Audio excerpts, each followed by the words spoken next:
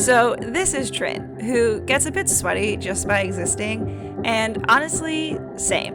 We're both sweaty messes. It's a problem, really.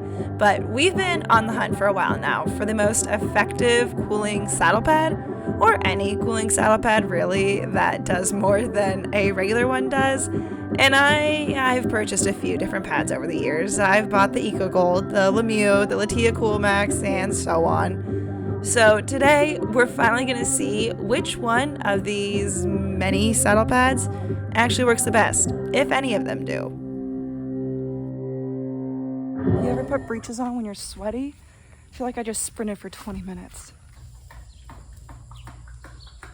What are you doing? Basically, the idea is I'm going to use this thermometer to take her surface level temperature of her body before and after our ride. This is not meant for taking internal temperature, so I'm hoping it gives us an accurate read of her surface temp of her back. And the idea is I'm going to compare all the different cooling saddle pads I have, as well as like a regular saddle pad, and honestly Back on Track, because they always say you can use them in the heat. I don't believe it for 1 second. We're going to use all these different saddle pads, obviously different days. I'm not riding her like back to back to back to back. And then compare basically and see which one has the biggest impact on before temperature, after temperature, if there's a difference. I honestly don't know. I'm really skeptical most of the time with my cooling saddle pads because they say they work, but do they work? How do I turn this on? What do we think her back temperature is right now? We're measuring the trapezius. Why? I don't know. That's just the spot that I picked, so get over it. Yeah, okay, so it says 95 again. Basically, we're getting the same reading. Today is just a test run. I don't actually know if any of this is gonna work, but today, the saddle pad we're testing out this morning is the Dover. It's just a basic saddle pad. There's no special features to it. The reason I'm using it is because I figure we should use a regular saddle pad first to get a baseline reading, and then see if the cooling see if the cooling saddle pads make even a difference from a regular saddle pad, which I don't know if they will or not. Why are you sniffing this so intently?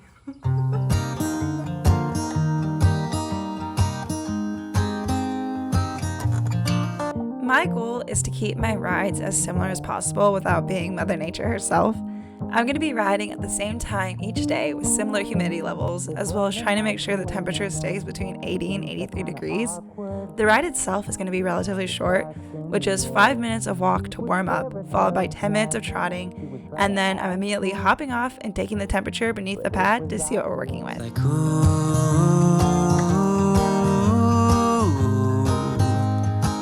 they whip it together. We'll see what the consensus is on the Dover pad, and what our baseline, what we're starting. Oh my God, there's branches. Moment of truth. Oh, look at that sweat. And it's not turning on, hang on. 98.6. I also picked gray because it was like a nice in-between of white and black, and you know, like shade of color affects how much light absorbs and the temperature. So I thought gray was like a nice in-between mix to not skew it any which way, if that makes sense. Does it make sense? I don't know. But hey, that's our first temperature reading. That's our baseline. It'll be interesting to see if anything comes back with different results. One measurement. I think I'm gonna sneeze. That's not happening. Okay, 75% humidity, 80 degrees, and her back is sitting at 95.4 degrees. So that's our starting point for today, and we're testing out the Back on Track saddle pad. She's actually quite a bit sweatier than with the regular saddle pad. I can see a much larger, much more prominent sweat line than we could with the other saddle pad. So definitely are ready to a sweatier start. Okay, our temperature, 99. So we're definitely hotter than we were with the regular saddle pad. Although not as big of a difference as I thought it was gonna be. I thought it'd be probably 2 degrees hotter, but it's only like half a degree hotter. I am sweating so much.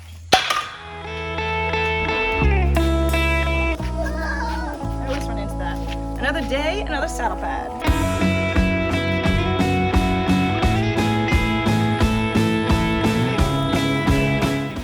I can say confidently that we sweated a bit less with this saddle pad than we did with the Back on Track, but honestly, I would be surprised if that wasn't the case.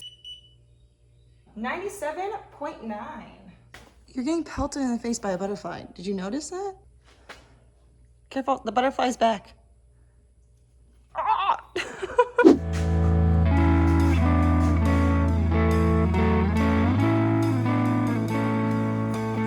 I'll address the elephant in the room real quick, and that is I am wearing a mask, and that is because a little over a week, maybe 2 weeks ago now, somewhere in there, I suffered a traumatic injury.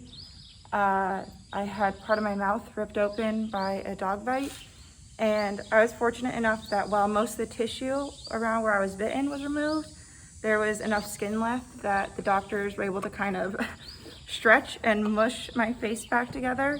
If you have a hard time understanding what I'm saying, I'm sorry. I don't have full use of my mouth back yet. It's slowly coming back to me, though obviously it's not 100% yet. Please don't ask any follow-up questions. This whole situation has been one of the worst experiences of my life, and the things around it have been really heartbreaking, so I don't care to answer any follow-up questions. But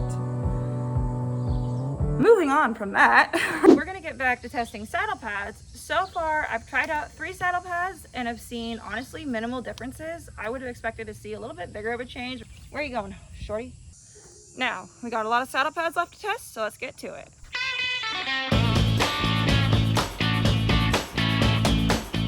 I'm starting to worry that maybe this is a pointless experiment because I'm not seeing that big of a difference in temperature between different saddle pads. And I don't know if that is my method of measuring temp being inaccurate, or if there's really not that big of a difference between a normal saddle pad and a cool one. I can't believe it, our bridle broke right here. You see that? The little leather that it looks like it was sewn and glued in there. Strain was spooking at the drone and kind of took off bucking a little bit, and that just snapped. But yeah, we gotta finish up our ride with just our reins acting as our neck rope.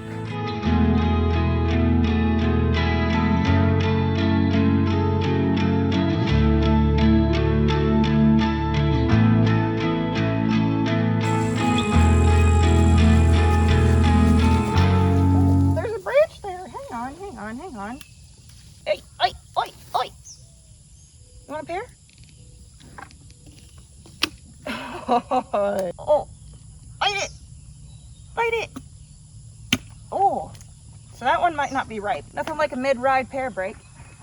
Good girl.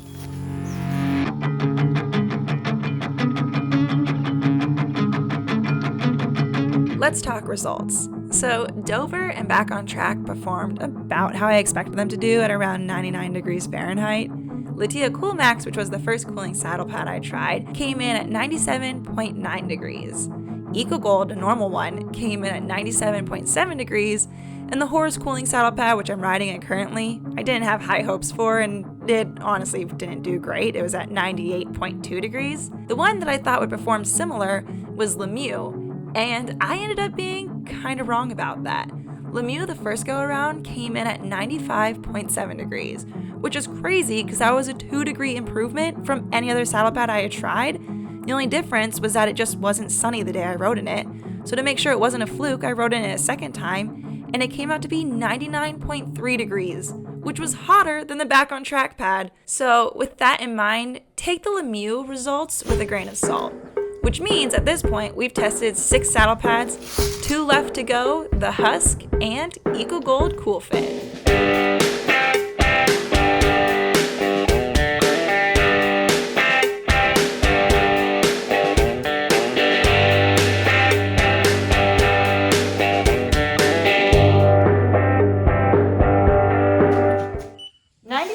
.2, not bad at all.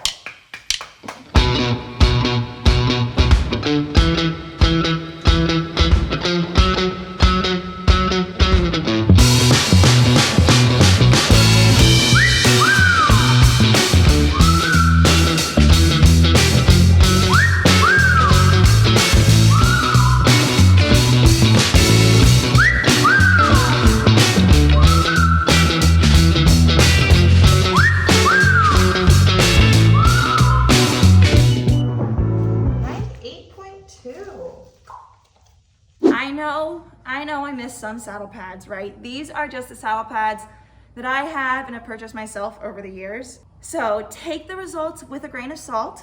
I tried to keep my measurements as accurate as possible, but But, you know, this wasn't like a hardcore scientific experiment. It was just like a medium core scientific experiment. I tried to like minimize the changing variables as much as I could, but like, remember, I was only measuring temperature here. There is a lot more that goes into a saddle pad, but the reason I was measuring temperature was because these saddle pads have been advertised at one point or another to strictly cool your horse's back more than a regular saddle pad. My main takeaways from this is, one, the EcoGold Cool Fit, for the price point that it is, which is $215, I wouldn't buy it again. I wouldn't do it because it only performed half a degree better than the normal EcoGold saddle pad. Half a degree isn't enough to justify the price difference for one that's supposed to cool your horse's back, but it only does it by like a small fraction of the amount. However, the regular EcoGold saddle pad, I freaking love, dude. It works wonders for my sweaty thoroughbred skin. I just definitely wouldn't buy the EcoGold Cool Fit again. As far as Lemieux goes, I don't really know what was happening, honestly. I was kind of shocked that it had significant outlier results both times I tested it, both on the cool side and on the hot side, which is like, what? What was going on here, right? Like, it had a pretty significant change in temperature depending on if it was cloudy or sunny. So I don't really know what was going on. It was just kind of weird results. I honestly probably wouldn't buy the Lemieux cooling crystal pad again. And that's not because of its results. That's because it really didn't perform much differently than your average cooling saddle pad or like a regular saddle pad. And that goes for a lot of these pads. I don't think I would buy another saddle pad strictly for its cooling purposes that it advertises having, that like it offers. Because at the end of the day, a 1 degree difference from a normal saddle pad isn't enough to validate buying a saddle pad just for its cooling properties. And a lot of the times, cooling pads typically have a slightly higher price point, which like apparently doesn't really matter. It's just advertising. I would, however, say that I would buy the regular EcoGold saddle pad again, and I would also buy the Husk saddle pad again because I really like them both. I like how they fit both my horses and my saddles, and I've been using them for a few years now. The one thing is EcoGold, these ones are still expensive. I think they're like $190, which is like, oh, just stab me in the back, jeez. That's a lot. I bought this one used. I would highly recommend buying them used. It's just easier, more affordable that way. And I only own one of these because they're expensive. Thank you so much for watching to the end of this video if you did. I actually showed Sean a little bit of this video and he said it was the most boring thing he's ever watched. So if you persevered all the way to the end of this, thank you. Hats off to you, and I'll see you in the next one. Bye. Are you throwing up right now? That's how you get your pony used to you climbing on a ladder.